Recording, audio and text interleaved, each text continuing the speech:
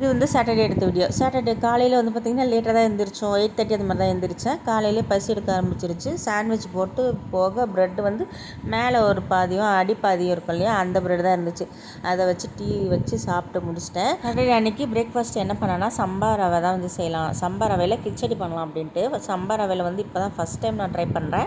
எங்கள் அம்மா அடிக்கடிக்கு செய்வாங்க, சாப்பிடுவாங்க, என் பசங்களும் சாப்பிடுவாங்க, பிடிக்கும். சரி நம்ம இன்றைக்கி செய்யலாமேன்னு சம்பா ரவை வாங்கிட்டு வந்தேன் டிமார்ட்டில் போன வாட்டி போயிருந்தப்போ. சரி அதை வச்சு ட்ரை பண்ணலாம். எங்கள் அம்மா கால் பண்ணேன், எப்படிமா செய்கிறது. நான் கால் பண்ணேன். எங்கள் அம்மா சொல்கிறாங்க, என்னடி நீயும் அதை தான் கேட்குற, உன் தங்கச்சியும் அதை தான் கேட்டேன், உன் தங்கச்சியும் சம்பா ரவை தான் செய்கிறதுக்கு டிப்ஸ் கேட்டுட்டு இருந்தா அப்படின்னாங்க. சரி அவங்ககிட்ட டிப்ஸ் கேட்டு அப்படியே செஞ்சுக்கிட்டு இருந்தேன். வெஜிடபிள் பிரியாணி தாளிக்கிற மாதிரி தான் கேரட் பீன்ஸ் மட்டும் தான் போட்டேன். தக்காளி வெங்காயம் இஞ்சி பூண்டு பேஸ்ட்டு பட்டை லவங்கம் எல்லாமே போட்டுட்டு கேரட் பீன்ஸை போட்டு 1 டம்ளருக்கு 2 டம்ளர் தண்ணி அந்த மாதிரி வச்சு விசில் விட்டு இறக்கிட்டேன். இந்த பக்கம் வந்து மருதாணி எடுத்துகிட்டு வந்திருந்தாங்க அம்மா. 100 நாள் வேலைக்கு போயிருந்தாங்களா, அங்கே மருதாணி எடுத்துகிட்டு வந்திருந்தாங்க.